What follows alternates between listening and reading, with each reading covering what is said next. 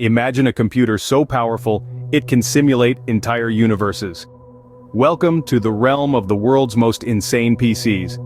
First up, we dive into the deep end with a machine housing not one, but 4 graphics cards. This powerhouse can render 3D animations in the blink of an eye, making it a digital artist's dream. Next, consider a PC cooled not by fans, but by liquid nitrogen. Yes, you heard that right. This setup pushes the processor to speeds that would otherwise be unattainable, breaking record after record in overclocking competitions.